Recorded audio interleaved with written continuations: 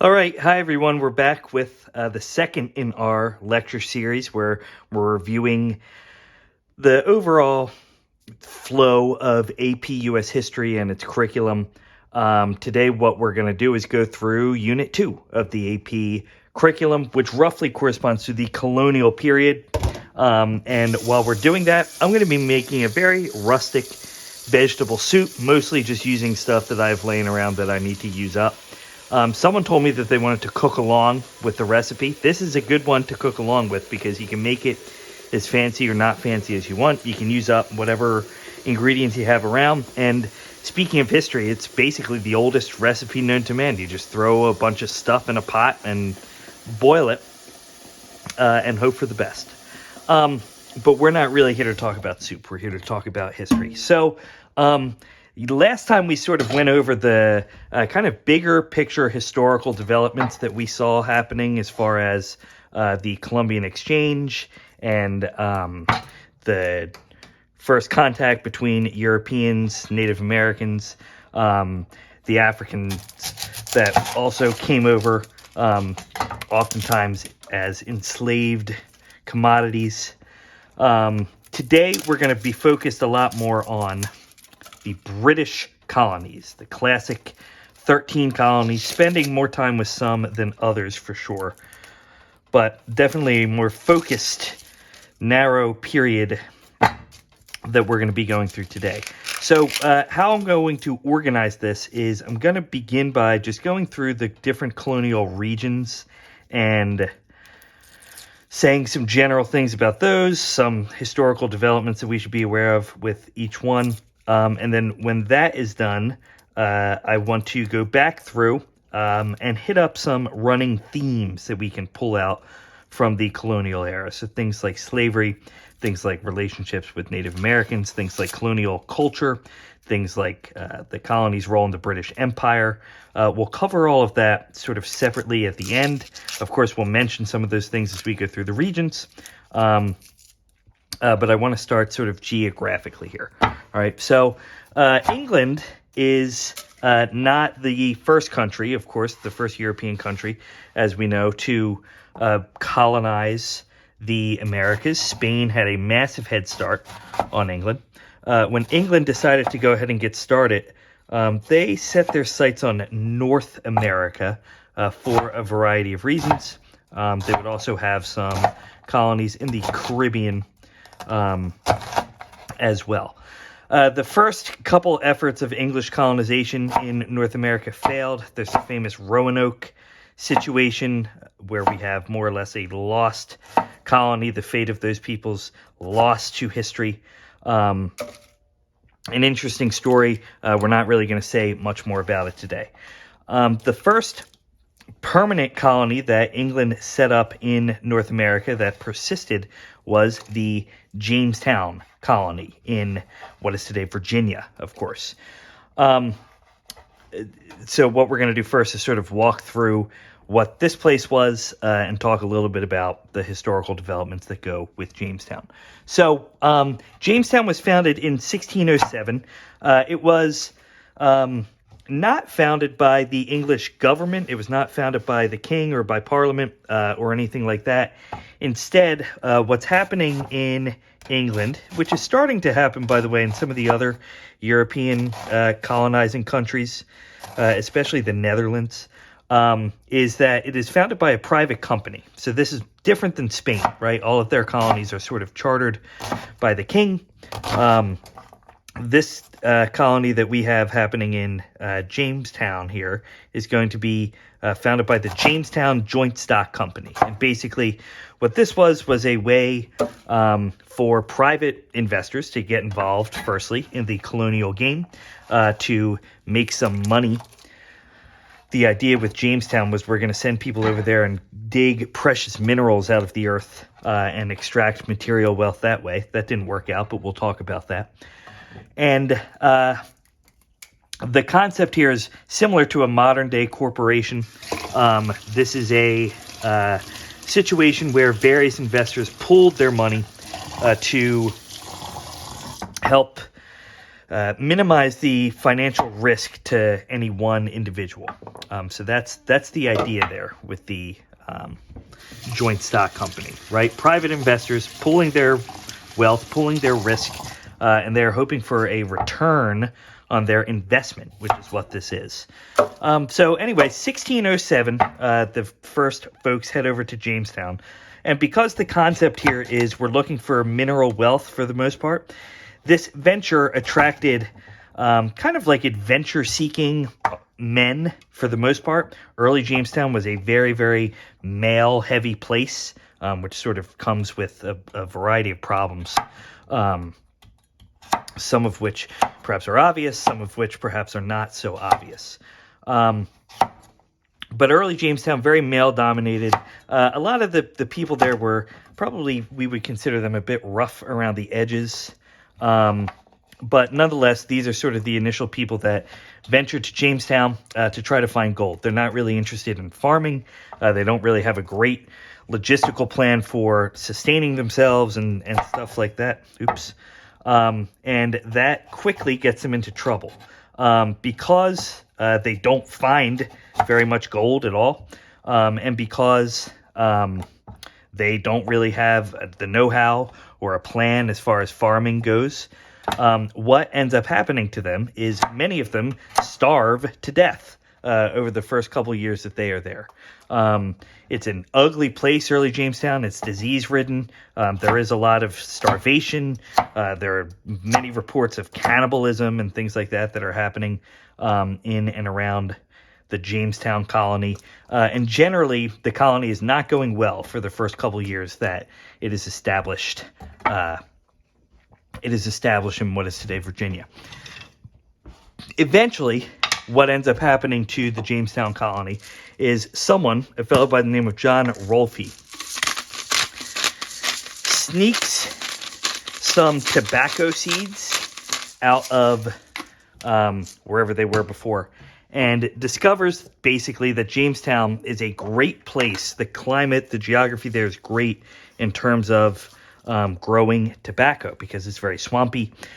Tobacco grows really well. So these people that originally went over there to look for gold ended up sort of becoming tobacco farmers. Obviously, not all of them were still around. Many of them went home.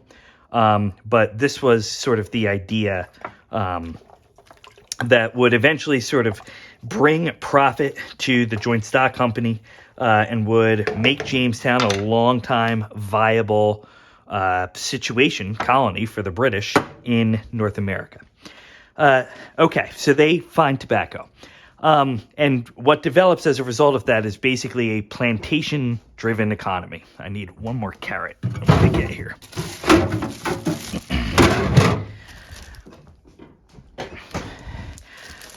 So slowly but surely, tobacco plantations sort of pop up in and around Jamestown. And of course, what ends up happening with large-scale agricultural operations, like we talked about last time, is that you need labor to work the fields, right? Tobacco is not the most labor-intensive cash crop of all time, but it's, you still need farm hands to be doing stuff and everything that comes along with that. So what ends up happening is the folks in Jamestown develop a system that becomes known as the indentured servant system. They don't invent this. This exists before. But the basic concept is that if you were a plantation owner, you would pay for the passage of someone, usually a poor person that couldn't afford their own passage, from Europe, from Britain for the most part, to the New World, to Jamestown, in exchange for about a set amount of labor time from them. So usually this was somewhere in the range of 5 years or so.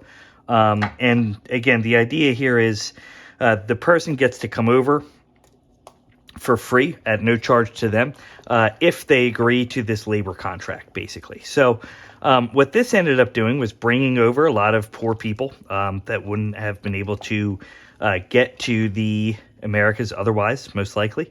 And it's a little dirt in here. This was on the carrots. That's fine. That'll be fine. And as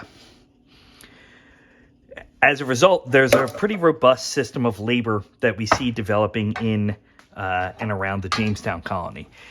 Now, another sort of added perk for the people that were bringing over these indentured servants is for every indentured servant that you paid for the passage of, the colony of Jamestown would grant you an additional 50 acres of land.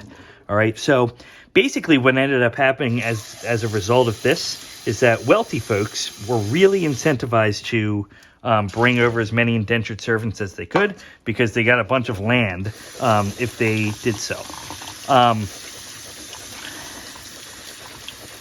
A result of this, probably an unintended result, but certainly one that would have major long-term consequences, is the wealthier someone was to begin with, the greater opportunity for profit they had, right? Because if you could afford to bring over indentured servants, you could then sort of get all of this land, and it would, then you would need more indentured servants. You would pay for them, but you would be cultivating more on your new land. So this would sort of snowball.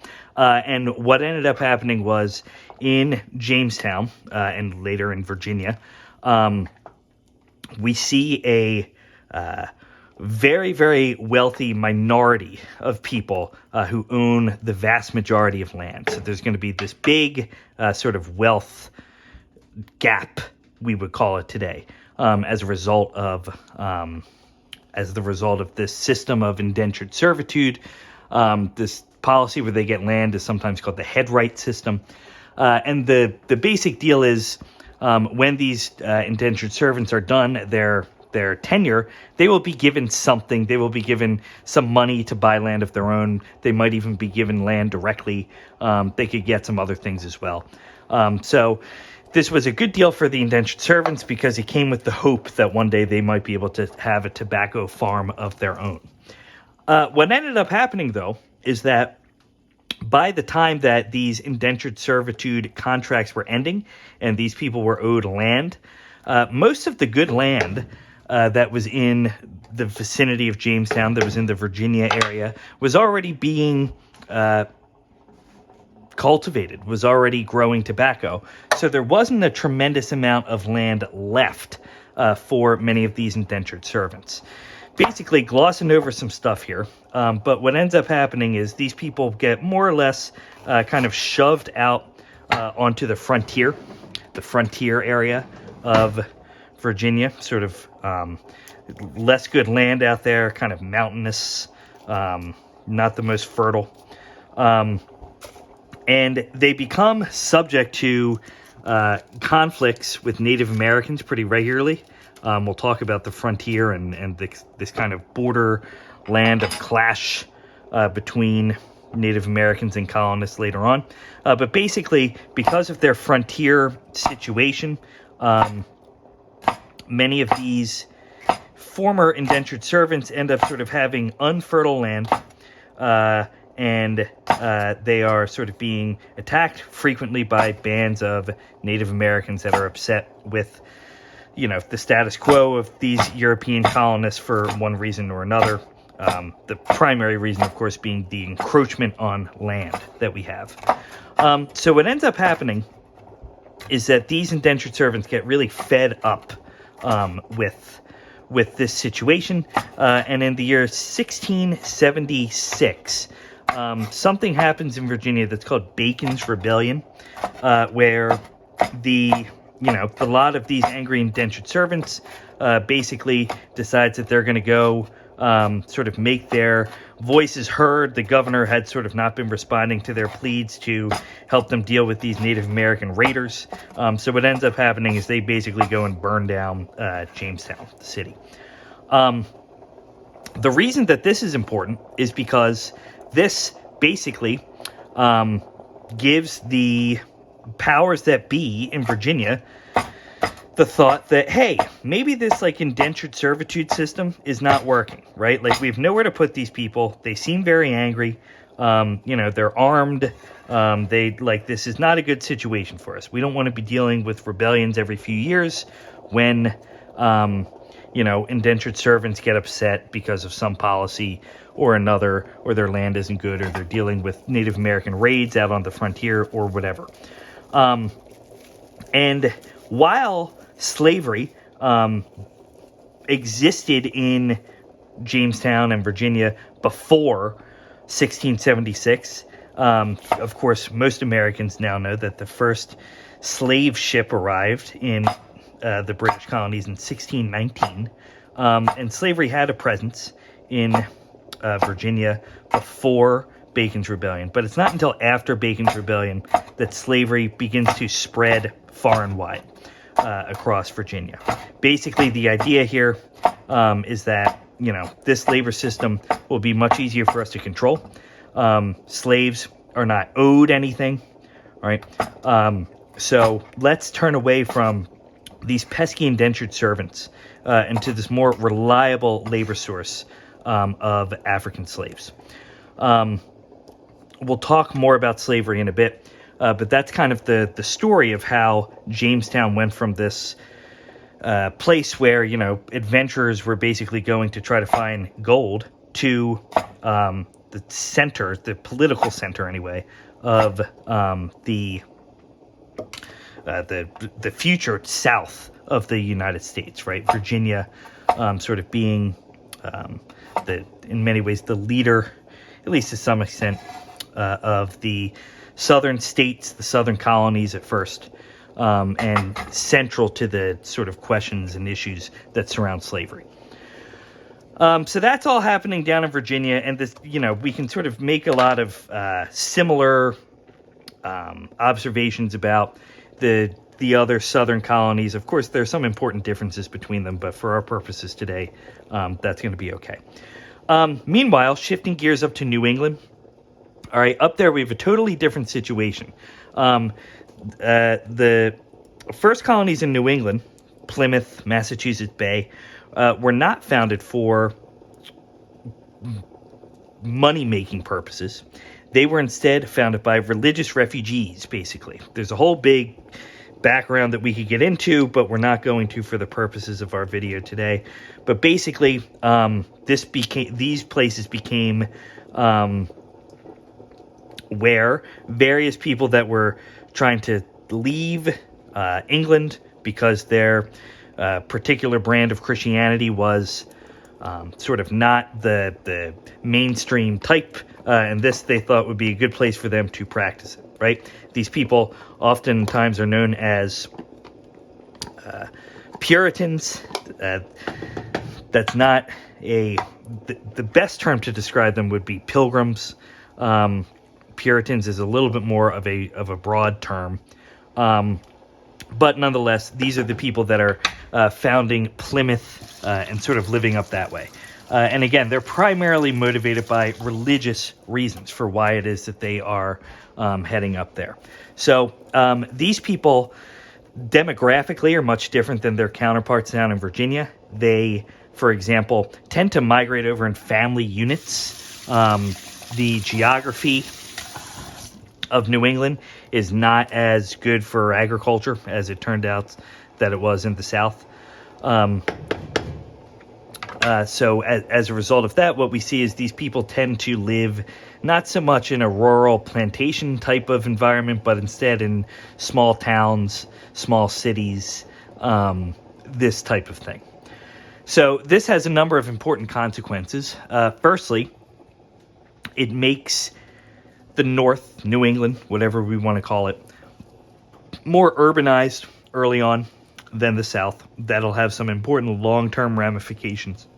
And then secondly, as I said, these people tended to live with families, and because of that, their population grew naturally at a much higher rate than the population did in the South, particularly early on. So this is more or less the situation in New England. A couple things that I'll point out about New England. Firstly, should definitely be noted that with these religious convictions that these pilgrims carried with them to the New World came a very important sense of mission that these people would kind of bestow on the United States later on. The sort of most famous example of this here is there's a preacher in the Massachusetts Bay Colony by the name of John Winthrop, and he delivers a famous sermon in which he calls his colony to be as a city upon a hill. He's quoting from the Gospel of Matthew here in Jesus' Sermon on the Mount. And he's basically saying that this colony ought to be something that the rest of the world can sort of look at as an example of how to live. This colony doesn't just exist for itself. Instead, what we see is this colony exists for the sake of all mankind, right? And there's something that's deeply American about this idea, right? We exist not only for ourselves, but we exist as an example to be followed around the world. This is definitely something that many Americans over the years have echoed and felt about their country, right? The example that comes into my head about a sort of modern day kind of sentiment that lines up with this is when George Bush invaded Iraq for a variety of reasons. And it seemed like that the sort of end goal there was to create a United States-like government, a United States-like economy in this far-flung place because we exist for others to copy us, right? It's this sense of mission. Oftentimes that gets the United States into trouble. Oftentimes, this can be seen as misguided and naive. I'm not really here to comment too much on any of that today. I'm just pointing out that this is something that has deep roots in American history here. And I would argue that ultimately this idea of the United States' sense of mission, you may want to call it American exceptionalism, comes back to this idea, right? City upon a hill. So a lot of important developments up there in New England. In between New England and these southern colonies, we have what become known as the middle colonies. This is Pennsylvania, New York, New Jersey, maybe lump Delaware in there. And basically, these places are in some ways between the two that we've described already. In some ways, they share some characteristics with New England. They share other characteristics with the southern colonies. And I would say one distinct thing about them, glossing over a lot of history here, but one distinct thing about them is there are good river systems, and as a result, there are some important port cities that develop there. New York, Philadelphia, these are sort of two of the big three, I guess we could say, cities in colonial America. We would lump Boston up in New England in there as well. With an honorable mention, I would say, to Charleston, South Carolina. So the middle colonies have a lot of interesting things going on. It should also be noted that New York, for example, was once the possession of the Netherlands, but Britain won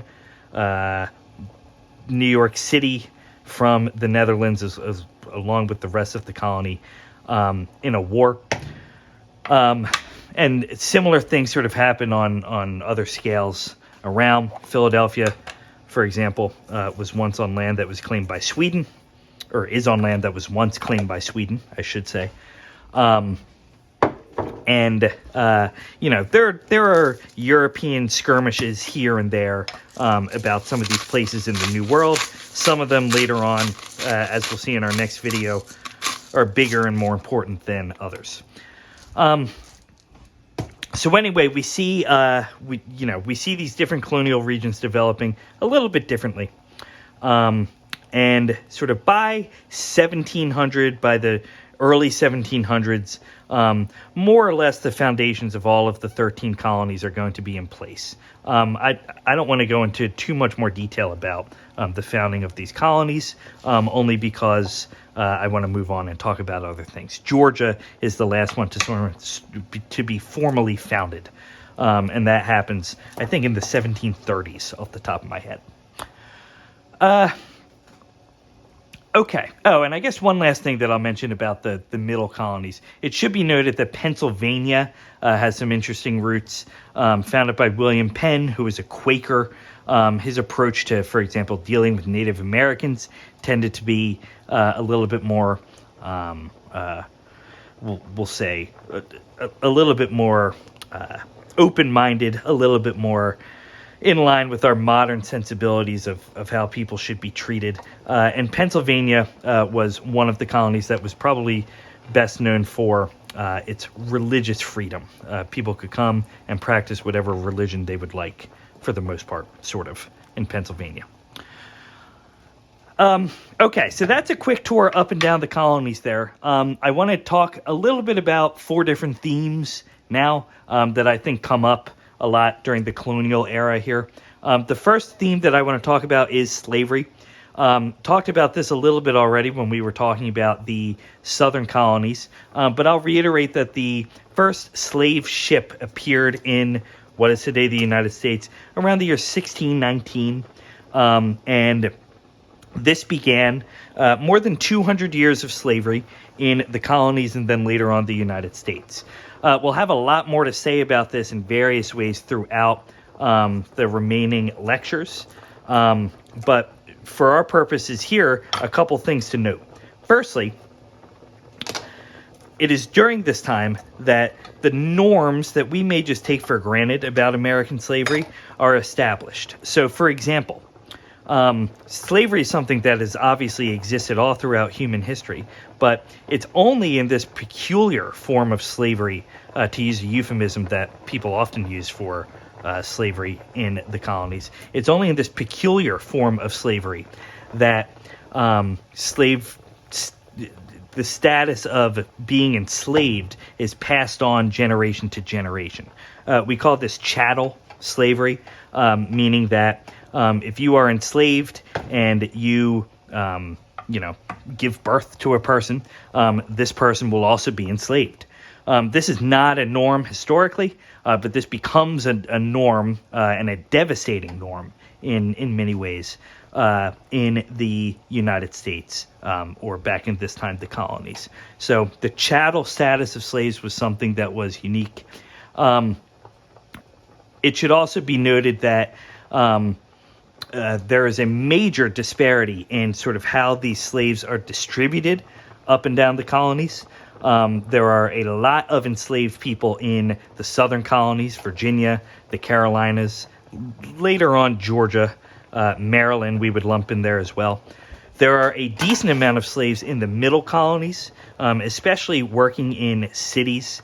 Not all enslaved folks were agricultural workers. A lot of them, for example, worked the docks in New York City or in Philadelphia. And New England, partially, I would argue, because of its climate that's less conducive to agriculture, had the fewest slaves of all of these 3 colonial regions. So we do see a pretty major and long-lasting and important discrepancy in the distribution of slaves that will have major effects later on as we sort of roll through American history. So that should be noted as well. One final thing that I'll point out here is a lot of the codes, a lot of the norms that I referenced earlier about American slavery were first emerged at different or on different islands around the Caribbean, and sort of migrated to the United States as planters migrated from the Caribbean to the colonies that would become the United States. So there is a definite strong influence of the style of slavery that we see developing in the Caribbean on the slavery, particularly in the South, particularly in the southern colonies. There's an important parallel there, I would say. So much more on slavery as we continue to go through this series here. Okay, another theme here. All right, I want to talk a little bit about the role of the colonies in the British Empire itself. I would say the colonies basically serve 2 functions for Britain. Britain itself founded some of the colonies, right? They had royal charters. Other colonies, like Virginia, as we said, were a private company that founded them, but eventually they were sort of taken over by the English government. And as I said, two main functions that the colonies serve in the empire, in Britain's empire. Firstly, from an economic point of view, the colonies are important because the British government at this time subscribes to this economic view of the world that's called mercantilism. You also hear pronounced mercantilism. These refer to the same thing. Basically, the concept here is that for a country to become powerful or to become more powerful, it needs to sell more and more stuff, right? It basically held that there's a finite amount of wealth in the world. The pie is only so big. And in order to become more powerful, a country had to take some of its pie from someone else. So basically what happened here was that the colonies became like a guaranteed market in some sense for Britain, right? Like if you're a manufacturer making tables and chairs in Britain, the sort of laws of mercantilism that you and your country subscribe to are such that you had to sell a bunch of tables and chairs. And the colonies provided a market for you to do that, right? That's kind of what the idea is there. And then in addition to that, the colonies also were sort of producers of the raw materials and things like that you needed to make tables and chairs, right? So maybe you would buy lumber, for example, from the colonies, turn that in your tables and chairs factory into tables and chairs, and then you would sell the tables and chairs back to those colonists for a higher price than you bought the lumber for, right? This is sort of extracting wealth from this other part of the world and thus enriching not only yourself, but your country, right? So that's kind of, a rough summary of what mercantilism was. But Britain took that pretty seriously. Britain passed a series of laws that became known as the Navigation Laws or Navigation Acts that basically said that the colonies were not permitted to trade with anyone that wasn't Britain. So you couldn't trade with France, for example. You couldn't import French tables and chairs. You had to import British tables and chairs, this type of situation. And these laws were on the books for a long time.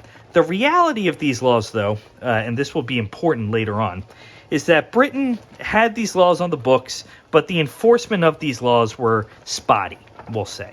All right. Britain did not take the enforcement of these things to the degree that they could have, right, being one of the most powerful countries in the world. Instead, as long as they were making money, they were willing to turn a blind eye, I would say, to a lot of what was happening in the colonies. So what we see developing here is a policy that will famously become known as salutary neglect.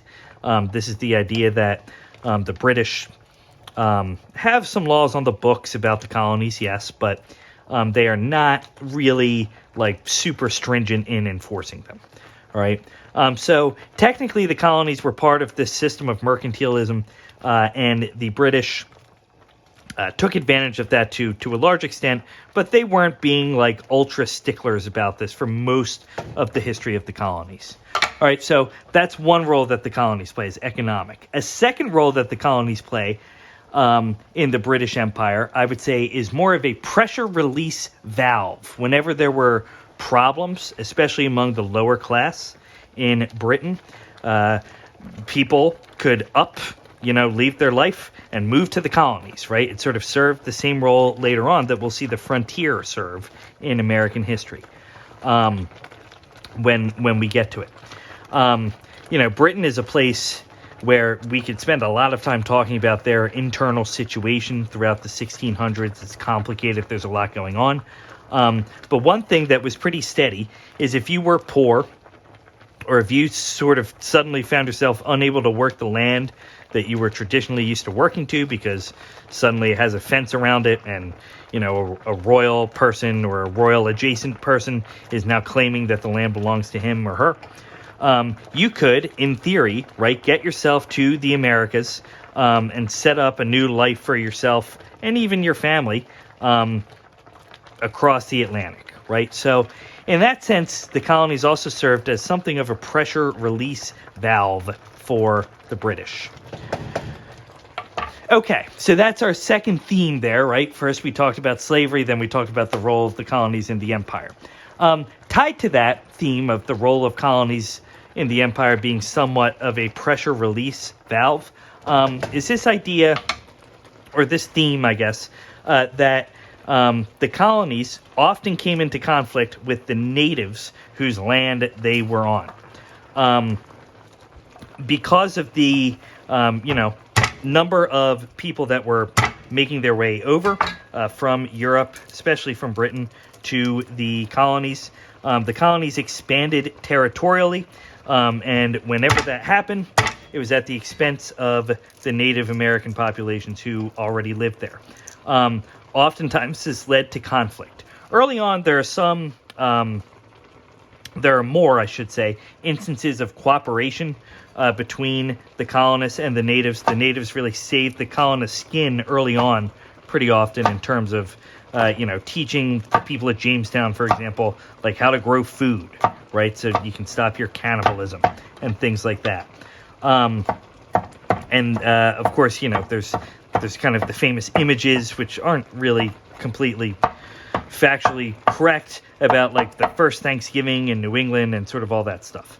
The reality was, though, that these two groups of people, the colonists and the Native Americans, were in competition for this land that had previously been used by Native Americans, right? There are some cultural practices that the European folks have that really exacerbate this problem. Native Americans, for example, really didn't have this concept that Europeans did of ownership of land. Like, the idea of fencing land off to them was bizarre. They didn't really know what to make of it. They didn't really understand in a lot of situations that when they were sort of signing a contract of sorts, that it was a permanent arrangement and they were permanently forking over the land to these European folks. So there's all sorts of problems, all right, that come between European colonists and Native Americans. And oftentimes these things result in violent incidences, all right? Already mentioned the raids that led to Bacon's Rebellion that were happening down in Virginia. There's a famous conflict between New England colonists and Native Americans in New England in the 1670s as well. That's called King Philip's War. King Philip was what the English colonists called a Native American leader whose real name was Metacom. They, I guess, didn't have to take cultural sensitivity classes back then and simply just decided that this person was going to be named King Philip instead. So this war became known as King Philip's War. And basically, this is like a 2-year-long conflict. By proportion, it is the deadliest conflict in the history of the United States in terms of the percentage of the total population that was killed. And the result of this war is basically the end of Native American power in the New England region of the British colonies.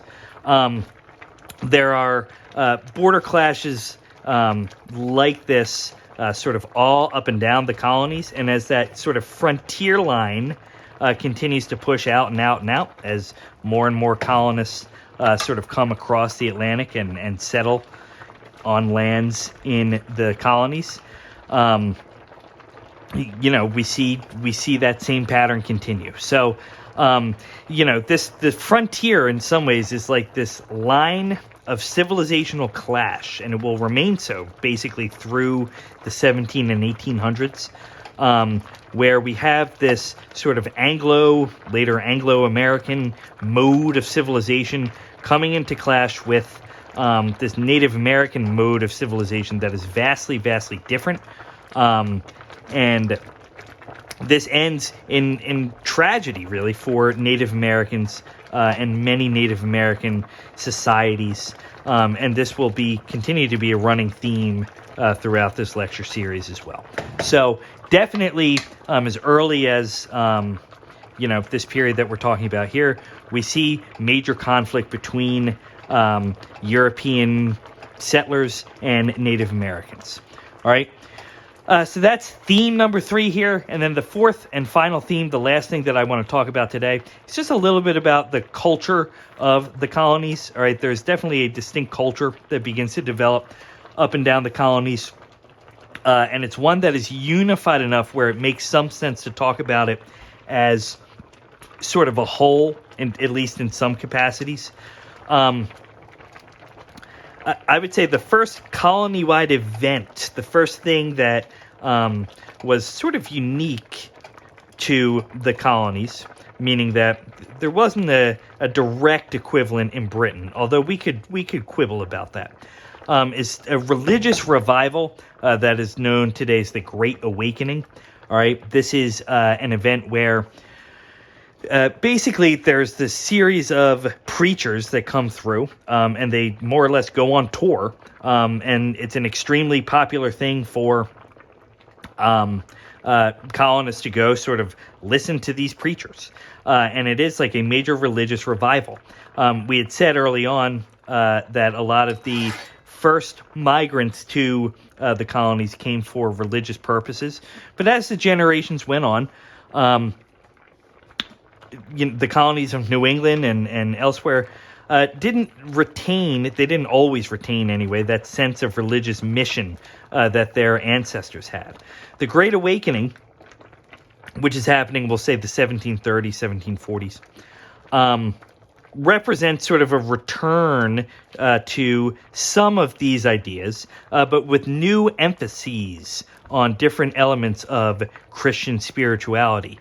The kind of big theme of the First Great Awakening, which is the one we're talking about here, is that salvation is in your own hands. All right. You are a sinner. You are going to hell unless you do something about it.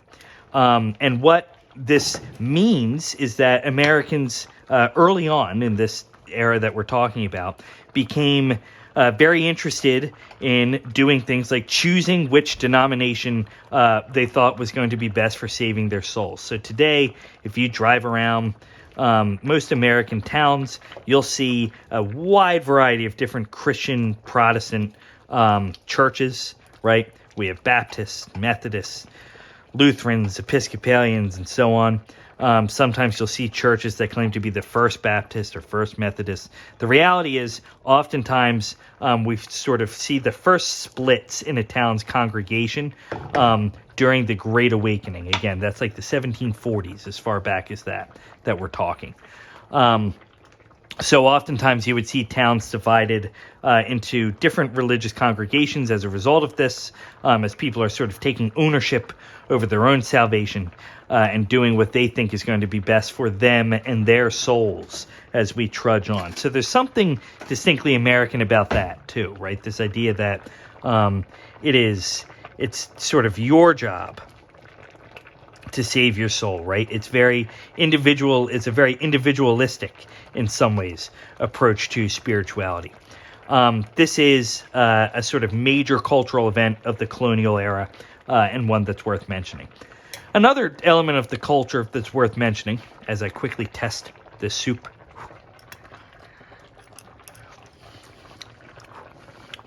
Getting there. Pretty good. Another element of colonial culture that's worth mentioning is the print culture.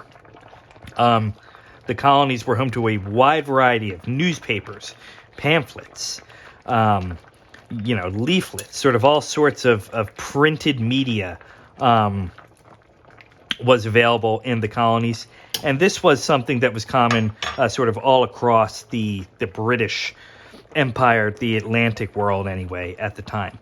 One reason that I like bringing this up is because it gives me a brief opportunity to talk about Benjamin Franklin, who in some ways is kind of the most famous, I would argue, American from this period.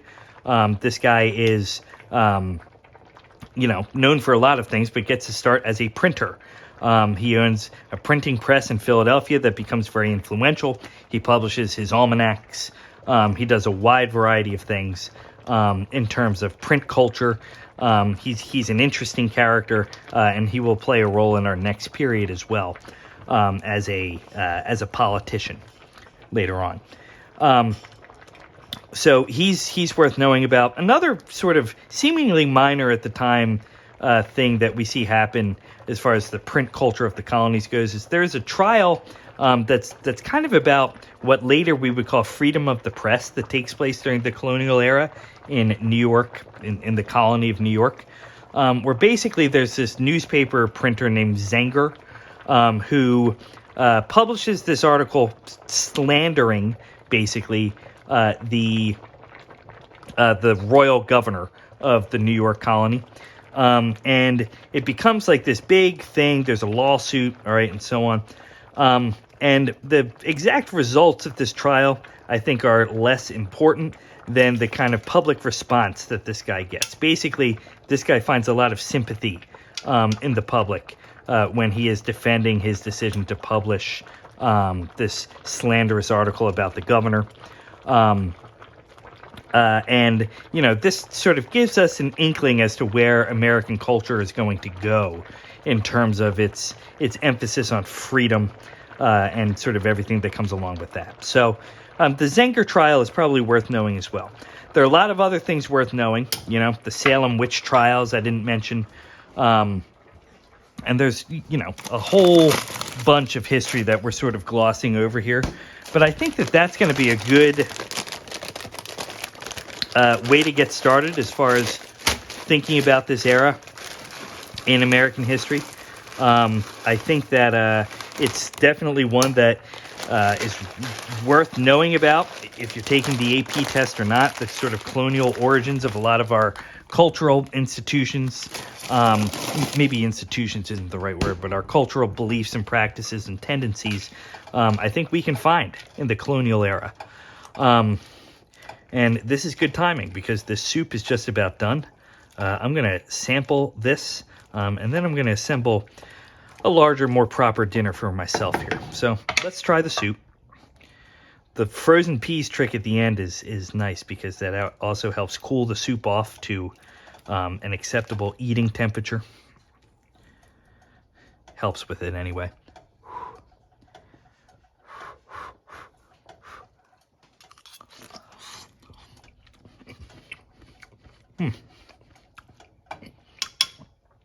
Cut these carrots a little too big, I think. But we'll make do. All right, good soup. Thanks for watching, everybody. This was, again, a review of Period 2 in the APUSH curriculum, which more or less corresponds to the colonial era. Next time, we'll start in the colonial era still, talk a little bit about the 7 Years' War, the French and Indian War, as it's also known, and then talk about the American Revolution as well. All right, thanks, everybody. Take care.